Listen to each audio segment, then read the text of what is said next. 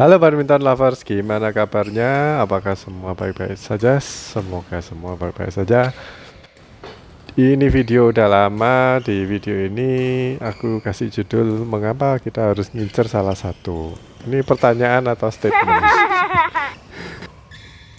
Oke, aku ceritain dulu ya. Jadi yang kaos kuning ini namanya Kak Okta. Dia dulu rajin sih ikut badminton di grup ini setiap minggu, tapi sekarang udah enggak.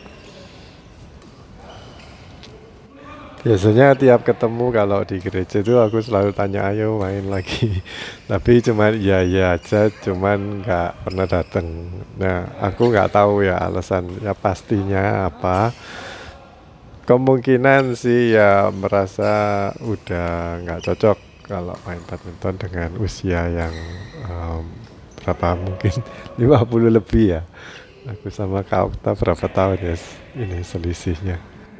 Ya, aku tidak memungkiri ya, setelah aku sendiri merasakan mulai aktif lagi badminton tuh sekitar umur 30-an ya. Terus sampai sekarang ini udah umur 40 ke atas. Dan itu selama ini mungkin nggak aku rasa-rasain kalau ada sakit atau mungkin cedera. Cuman yang terakhir tuh mulai menginjak kepala 4 itu memang udah ini sih. Kayak recovery time-nya itu udah lama gitu. Ya, ini aku sekedar sharing aja. Jadi buat kalian yang usianya mirip-mirip aku atau mungkin lebih tua, kita mungkin perlu batasin juga ya main kita itu seminggu berapa kali. Terus kalau main tuh intens atau enggak. Terus lama misalkan seminggu itu cuma satu kali badminton. Adakah olahraga lain selain badminton dalam satu minggu itu kecuali harinya badminton? Kalau teman-teman harusnya merekomendasikan seminggu masih kuat 2 kali ya, lakukan 2 kali ya. Terus untuk ini kalau di luar itu mau olahraga apa? Kalau jalan kaki mungkin yang paling murah ya. Terus renang itu juga bagus sih. Beberapa dokter memang menyarankan kalau udah ada umur itu renang, kecuali kalau nafasnya terganggu atau sakit jantung ya. Itu tengah-tengah renang nanti bisa kelelep kalau udah terlalu tua ini ya. Aku ingat dulu kakek aku umur sekitar 70 lebih lah, hampir 80 ya. Itu pernah diajak renang, terus kayak cuman 2 kali bolak-balik gitu aja kayak ini apa nafasnya udah terengah-engah gitu. Jadi ya kita hentikan. Kita suruh mentas itu. Mungkin itu perlu diperhatikan juga ya. Jadi nggak semua olahraga itu baik. Kita harus tahu porsinya juga. Yang sekarang lagi mode karena banyak dokter atau semua dokter mungkin yang aku lihat atau ikuti di Reels itu menyarankan angkat beban. Nah, ini memang ada studinya. Itu angkat beban tuh apa? Ngangkat beras, ngangkat galon aqua. Ya itu bisa ya yang termurah, tapi kalau mau yang lebih canggih mungkin pakai dumbbell atau barbell. Itu kan cuman bentuknya aja, tapi bebannya itu kan ya sama aja harusnya. Nah, seperti kalian bisa lihat di video ini, itu lawan kita itu sebenarnya masih muda. Apalagi yang Ricky itu mungkin masih umur 20-an. 20 awal ya kalau di sini mungkin segitu atau bahkan belum 20. Tapi kenapa kok harus nyerang yang paling tua? Ya, aku sama Kak Okta kan lebih tuaan Kak Okta. Kenapa kok yang diserang yang paling tua gitu? Sesuai topik di video ini, mengapa kita harus menyerang yang salah satu? Ya, salah satu ini bisa yang paling bagus mainnya atau yang paling nggak bagus di antara dua ya kan main double itu partneran cuma dua. Mau milih yang mana? Mau yang bagus mainnya atau yang nggak bagus mainnya? Atau mau milih yang muda atau yang tua? Nah, itu bisa kalian bikin kayak kuadran gitu ya. Ada juga tua belum tentu mainnya nggak bagus. Ada yang tua tapi mainnya lebih bagus. Ada yang muda mainnya nggak bagus. Itu juga ada. Jadi kita punya beberapa pilihan ya. Nah, yang aku mau bahas sebenarnya apa dampaknya buat buat kita atau buat semuanya dari grup ini, apa dampaknya? Ya, yang pertama kita harusnya mencegah cedera ya. Jadi kalau kita ngelihat kan ada yang di sini dulu ada yang tua usianya lebih tua lagi dari Kak Okta, mungkin 60 atau 65 gitu. Terus kakinya udah kayak lututnya udah kayak susah untuk gerak gitu. Katanya memang dulu pernah cedera di daerah lutut. Dan aku lihat memang agak bengkok di salah satu lututnya. Nah, kalau kayak gitu kalian main sebagai lawan, kalian mau ngasih ke orang yang itu terus atau enggak? Ini aku tanya jujur ya, kalian harus jawab jujur. Itu secara apa? Manusiawi. Secara logika, kalian kalau kepingin dapat olahraganya ya harusnya ngarahin bola jangan ke yang itu ya, soalnya kan nanti cepat mati juga kalian nggak dapat olahraganya. Maksudku itu cepat mati itu bolanya ini ya, bolanya yang mati ya, bukan ininya, bukan orangnya. Jadi itu ya yang aku bilang, poin pertama kita harus ngelihat nanti ada risiko cedera dari orang yang kita incar. Walaupun mungkin anaknya cepet ya atau mainnya bagus gitu kita incar, atau mungkin mainnya nggak bagus. Kalau ada bola-bola yang jauh-jauh nggak dikejar itu mungkin nggak cedera ya, kalau kita ngincernya kayak gitu mungkin orangnya nggak cedera. Lalu pertanyaannya, kalau kalian menang tapi dengan cara gitu kalau dulu tuh ngomongnya welean atau jelek banget itu ya, kayak ininya sifatnya, soalnya kita ngincer kayak bullying ke anak, kita main satu kompleks gitu, satu kampung, terus kita ngincernya ke anak yang paling kecil yang nggak bisa apa-apa gitu ya. Terus menang, apakah kalian bangga? Belum tentu kalian bangga, atau kalau bangga ya kebangetan sih. Kayak misalkan ini ya, ada satu toko waktu malam kan ditutup tokonya, terus dioret-oret ini pakai graffiti sama orang gitu ya, orang iseng lah, atau orang yang nggak mampu beli kanvas jadi oret-oret di temboknya orang. Terus untuk memperbaiki ya, orang yang punya toko beli ini thinner, ya nggak murah sih, beli thinner atau beli obat pembersih lah, meluangkan waktu atau bayarin orang buat bersihin. Setelah bersih 2-3 hari kemudian dipilok lagi atau dicat lagi sama itu orang iseng itu. Nah, kalau kalian kira-kira sebagai orang yang iseng, kalau kalian menjadi orang yang iseng itu, apakah kalian bangga? Oh, sama yang punya di busa tak baleni lagi atau tak oret-oret lagi. Kalian bangga atau enggak kalau kayak gitu? Mungkin kalau masih dalam tahapan ini ya, kepingin explore diri sendiri atau mungkin menghukum orang yang punya toko, mungkin pikirannya seperti itu ya. Jadi kayak pikirannya itu selalu ke arah yang destruktif gitu. Tapi kalau mungkin udah dewasa atau mungkin udah kayak ngerti susahnya orang lain, itu pasti mikirnya, oh ternyata aku pikir ini ya rumahnya atau tokonya ini kosong, jadi ternyata enggak, jadi dibersihin. Kalau gitu aku harusnya malu sih, walaupun aku nggak minta maaf tapi harusnya aku malu. Jadi lain kali nggak aku perbuat lagi.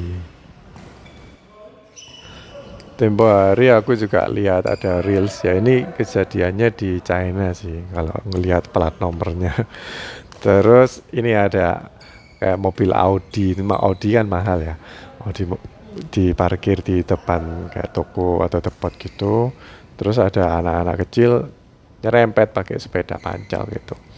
Terus baret lah itu mobilnya, dan anak-anak ini ada 3 anak sih, yang nyerempet satu sih, tapi 3 anak ini datang masuk ke tokonya terus nanya, itu mobilnya punyanya siapa, tadi aku jalan nggak sengaja beretin, terus aku mau minta maaf, atau mungkin nggak tahu ya karena nggak diomongin dia ngomong apa. Terus yang punya mobil ini dia ngelihat mobilnya itu beratnya kayak apa, terus bilang kalau oh nggak apa-apa kok, ini cuman berat dikit, nanti tak perbaiki sendiri, adik-adik boleh pulang. Ternyata anak 3 itu pulang dan dia bawa ini, jadi satu orang bawa kayak minuman, terus satunya bawa kayak roti, aduh, jadi kayak ngasih sesuatu gitu ke orang yang ini, ke orang yang punya mobil. Terus orang yang punya mobil ini terharu. Nah, aku kan suka ngelihat komentar-komentar ya. Terus ada yang nulis gini, ini bukan di Indonesia ya, ini di negara China gitu. Jadi uh, untuk menjadi orang yang lebih baik, jadi kalau kita itu badminton tuh nggak cuman sekedar baik dalam hal main ya, tapi juga harusnya baik dalam hal kayak tingkah laku gitu. Nah, kalau ini orang yang didikannya benar, biasanya sih kayak anak 3 itu ya. Jadi meskipun berbuat salah, minta maaf, walaupun nggak disuruh nempui atau ganti rugi, tetap ngasih sesuatu sebagai bentuk kayak perasaan bersalahnya. Nah itu yang aku lihat kurang ya dari pemain atau orang-orang di Indonesia. Nah kembali lagi ke pembahasan awal. Lalu kenapa kita harus ngincer salah satu? Nah ini aku anggap ngincer salah satunya ke yang lebih skill levelnya lebih rendah gitu ya. Soalnya kepingin menang. Nah itu alasan yang masuk akal, karena kalau kita menang ya ngasih yang ini ya, yang nggak seberapa bisa main. Karena kalau pengalamanku, kalau kita ngelawan atlet yang gendong, kita kasih ke atlet balik terus dan kita kalah terus gitu. Kita masih punya chances peluang untuk menang dengan ngincer yang lebih lemah. Tapi akibatnya apa? Akibatnya orang yang lebih lemah ini karena diincer, dia nggak mau datang ke grup lagi. Nah, itu bisa aja terjadi loh ya, kalau seperti itu. Atau mungkin mainnya terlalu intens, walaupun dia nggak merasa seperti itu ya. Oh nggak apa-apa kok, ini aku diincer malah seneng, jadi bisa belajar. Mungkin ada orang yang uh, milih berpikir seperti itu, tapi resikonya ini karena dia terlalu maksa, akibatnya sakit semua badannya. Habis selesai main, badannya sakit semua. Lalu mungkin karena recovery-nya lama, jadinya memilih untuk beralih ke olahraga lain. Nah, itu bisa aja terjadi seperti itu ya. Lalu solusinya gimana ya? Solusinya mainnya jangan ngotot-ngotot walaupun diincer atau walaupun kita kalah gitu juga nggak apa-apa. Yang penting kita rutin aja badmintonnya.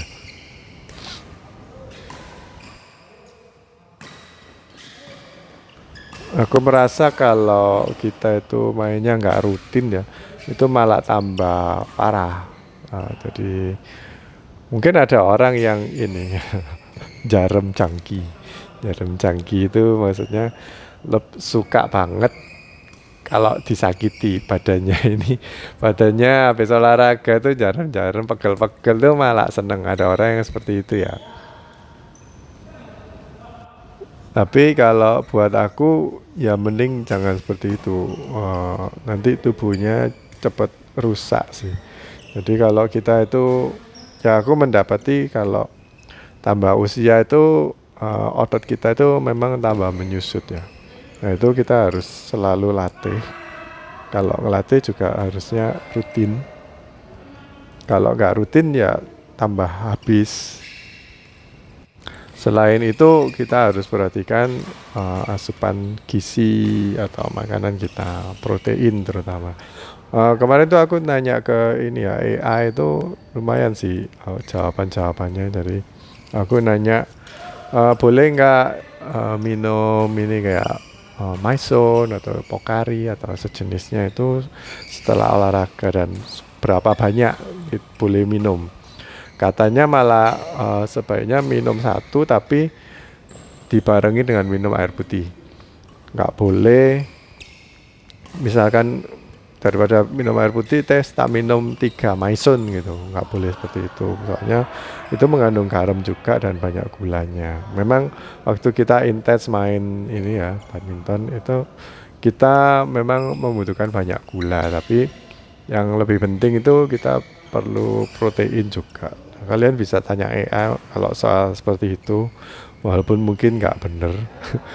Maksudnya harus hati-hati ya, karena bukan dokter sungguhan.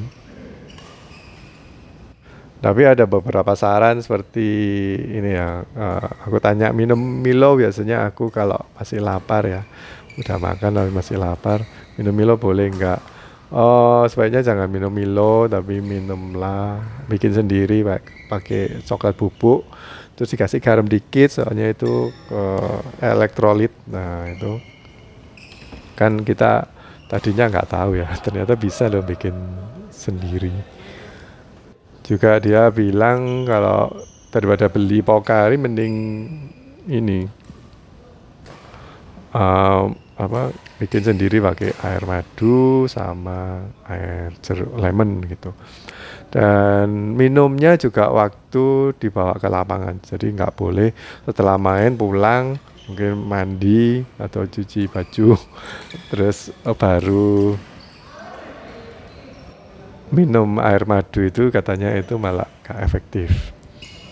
Dan juga untuk protein kalau lapar kan nggak mungkin waktu di lapangan tuh makan kayak KFC atau apa gitu ya, atau gorengan apalagi.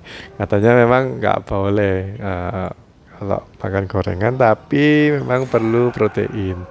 Bisa makan ini kayak kacang-kacangan, kacang mente atau apa gitu. Karena aku nanya ke itu, aku makan coklat ada tulisannya protein bar mereknya ini, katanya jangan jangan makan yang itu, walaupun tulisannya protein tapi proteinnya nggak terlalu tinggi katanya. Oke guys, jadi gitu aja video kali ini, semoga nyambung ya. Kita memang kalah ya, memang kalah usia juga. Oke guys, sampai jumpa di video berikutnya, bye bye.